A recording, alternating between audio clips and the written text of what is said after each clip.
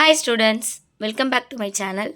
இந்த வீடியோவில் என்ன பார்க்க போகிறோம் அப்படின்னா 12ஆம் வகுப்பு கணக்கு பதிவியல் அதில் இருக்க பாடம் 4ல் இருக்க கணக்குகள் பார்த்துட்ருக்கோம். வாங்க வீடியோக்குள்ளே போகலாம். ஸோ ஆல்ரெடி 4th சாப்டரில் நற்பெயர் பாடத்தில் 9 கணக்குகள் பார்த்துட்டோம். நெக்ஸ்ட்டு நம்ம பார்க்க போகிறது 10வது கணக்கு. ஸோ பாருங்கள், உயர் லாபத்தில் மூலதனமாக்கல் முறை.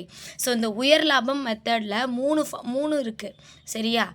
உயர் லாபத்தில் கொள்முதல் முறை, அடுத்து நம்ம என்ன பார்த்தோம்னா ஆண்டு தொகை முறை பார்த்தோம். நெக்ஸ்ட்டு நம்ம பார்க்க போகிறது உயர் லாபத்தில் மூலதனமாக்கல் முறை.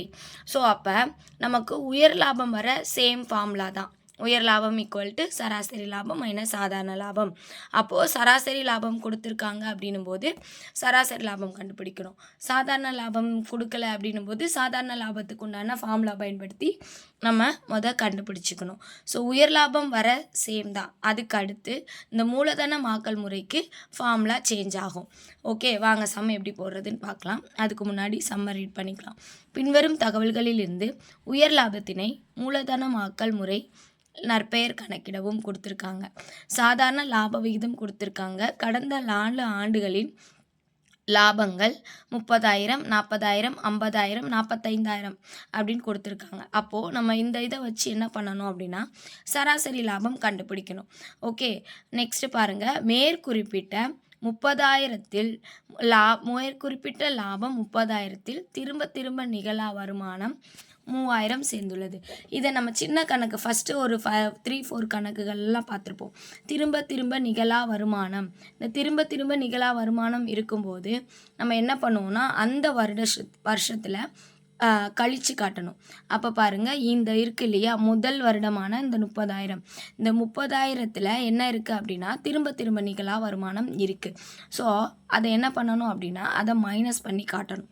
ஓகே, நெக்ஸ்ட்டு பாருங்கள், சராசரி பயன்படுத்தப்பட்ட முதல் கொடுத்துட்டாங்க. ஓகே, இதை யூஸ் பண்ணி நம்ம சாதாரண லாபமும் சராசரி லாபமும் கண்டுபிடிச்சிட்டு உயர் லாபம் போடணும். ஸோ வாங்க சம் எப்படி போடுறதுன்றதை பார்க்கலாம். ஸோ ஃபஸ்ட்டு நம்ம என்ன பண்ணணும் அப்படின்னா சராசரி லாபம் கண்டுபிடிக்கணும். சராசரி லாபத்துக்கு என்ன ஃபார்முலா அப்படின்னா மொத்த லாபம் பை ஆண்டுகளின் எண்ணிக்கை. ஸோ இதில் என்ன கொடுத்துருக்காங்கன்னா ஃபஸ்ட்டு அட்ஜஸ்ட்மெண்ட்டு 30,000த்தில் 3,000 திரும்ப நிகழா வருமானம் இருக்குது அப்படின்னு சொல்லியிருக்காங்க. ஃபஸ்ட்டு அதை என்ன பண்ணிக்கணும், கழிச்சிக்கணும். முதல் ஆண்டு 30,000 ரூபாய், அதில் கழிக்க திரும்ப நிகழா வருமானம். ஸோ 3,000த்தை கழிச்சுடணும். கழிச்சிட்டு அதுக்கப்புறமா தான் நம்ம நற்பெயர் போடணும். இதுக்காக நீ பெரிய டேப்லெட் காலம் போடணும் அப்படின்ற அவசியம் கிடையாது. ஏன் அப்படின்னா இந்த ஒரு வருஷத்தில் ஒரே ஒரு இது மட்டும்தான் இருக்குது. ஸோ அப்போ நம்ம டேப்லெட் காலம்ன்றது ஒன்று போடணும்னு அவசியம் இல்லை. ஜஸ்ட் இந்த மாதிரி கேல்குலேஷன் மட்டும் எழுதுனா போதும், சரியா? நம்ம போட்டு கழித்து காட்டிட்டா போதும். அதுக்கப்புறம் இங்கே சம்மில் கொடுத்துருக்காங்க இல்லையா, இப்போ நமக்கு இது வருஷம் நம்ம கண்டுபிடிச்ச 27,000. அதுக்கடுத்து சம்மில் இருக்குது இல்லையா 40,000, 50,000, 45,000. ஸோ அதை போட்டு என்ன பண்ணிக்கணும்னா ப்ளஸ் பண்ணிக்கணும், சரியா? ப்ளஸ் பண்ணிங்க அப்படின்னா நமக்கு கிடைக்கக்கூடியது 1,62,000. மொத்தம் எத்தனை ஆண்டுகள்னால் 4 ஆண்டுகள். ஸோ 1,62,000த்தை 4ஆல் வகுக்கணும். ஸோ இந்த 4ஆல் வகுக்கும்போது நிறைய பேர் கேட்குற டவுட் என்ன அப்படின்னா, ஸோ 4ஆல் உனக்கு வகுக்கும்போது என்ன வரும், 1,62,000 இருக்கு இல்லையா?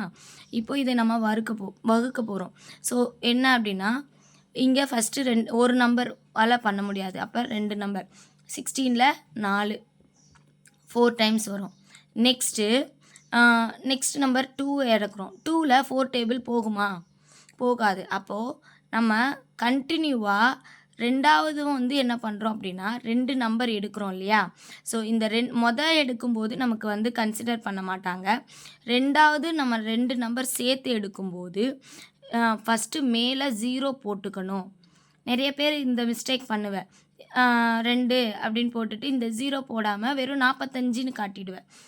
ஸோ அப்போ என்ன வரும், 5 4s are 20. ஸோ இதுக்கப்புறம் எத்தனை 0 இருக்குது, 2 0 இருக்குது. அந்த 2 0வை என்ன பண்ணிடணும், மேலே ஆட் பண்ணிடணும். ஸோ இப்படி போட்டோன்னா தான் இந்த ஆன்சர் வரும் நமக்கு. நிறைய பேர் என்ன பண்ணிடுவீங்கன்னா இந்த 0வை விட்டுடுவீங்க. ஸோ அதனால் சம்மு போடும்போது கிளியராக போடணும், சரியா? ஓகே, நெக்ஸ்ட்டு சராசரி லாபம் கண்டுபிடிச்சாச்சு. அதுக்கப்புறம் சாதாரண லாபம் கண்டுபிடிக்கணும். லாபத்துக்கு என்ன ஃபார்முலா அப்படின்னா பயன்படுத்தப்பட்ட முதல் இன்ட்டு சாதாரண லாப விகிதம். ஸோ பயன்படுத்தப்பட்ட முதல் நமக்கு எவ்வளோ கொடுத்துருக்காங்க சம்மில் 3,00,000 கொடுத்துருக்காங்க. அப்புறம் லாப விகிதம் 10% கொடுத்துருக்காங்க. ஸோ அப்போ பாருங்கள் 3,00,000 இன்ட்டு 10/100 போட்டோம் அப்படின்னா 2 0 கட் ஆகும், இங்கே ஒரு 0 ஆட் ஆகும். ஸோ அப்போ சாதாரண லாபம் நமக்கு 30,000 கிடச்சிருக்கு. ஸோ உயர் லாபத்துக்கு என்ன ஃபார்முலா அப்படின்னா சராசரி லாபம் மைனஸ் சாதாரண லாபம். சராசரி லாபம் நம்ம சம்மில் 40,500 கண்டுபிடிச்சிருக்கோம், இங்கே சாதாரண லாபம் 30,000 கண்டுபிடிச்சிருக்கோம். ஸோ அப்போ 40,500 மைனஸ் 30,000 மைனஸ் பண்ணிங்க அப்படின்னா நமக்கு கிடைக்கக்கூடிய உயர் லாபம் வந்து 10,500. ஸோ இப்போ நம்ம நெக்ஸ்ட்டு புது மெத்தட் பார்க்குறோம் இல்லையா, உயர் லாபத்தில் மூலதனமாக்கல் முறை. அப்போது நற்பெயருக்கு ஃபார்முலா மாறும்.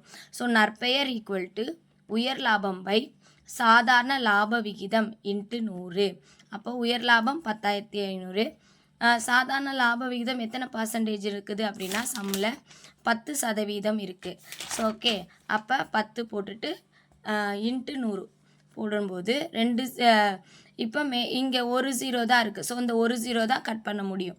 அடுத்து இதால் மல்டிப்ளை பண்ணும்போது இங்கே இருக்க 2 0 இதோட ஆட் ஆகும். அப்போ நற்பெயர் ஈக்குவல் டு 1,05,000. ஸோ உங்களுக்கு புரிஞ்சிருக்கும்னு நினைக்கிறேன். தேங்க்யூ ஃபார் வாட்சிங், கீப் சப்போர்ட்டிங். தேங்க்யூ.